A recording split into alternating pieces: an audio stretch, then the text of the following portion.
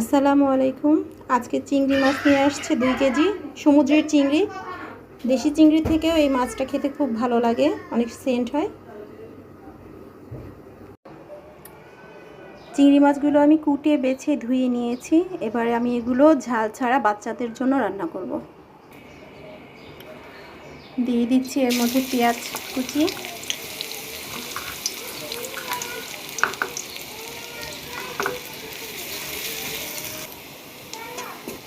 পেঁয়াজ লাল লাল করে ভাজা হয়ে গেছে। এবারে আমি মরিচ ছাড়া অন্যান্য সব মশলা দিয়ে দেব।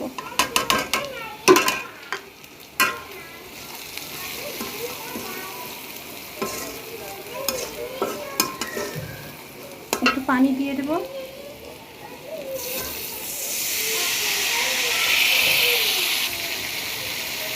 মশলা কষানো হয়ে গেছে, এর মধ্যে আমি মাছগুলো দিয়ে দেব। বাচ্চাদের জন্য অল্প করে মাছ নিয়েছি।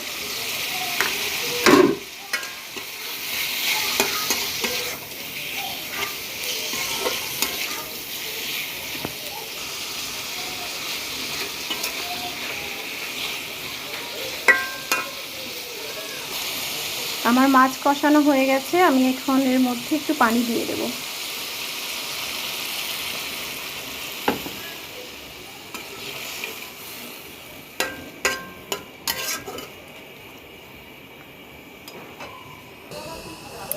আমার রান্না শেষ।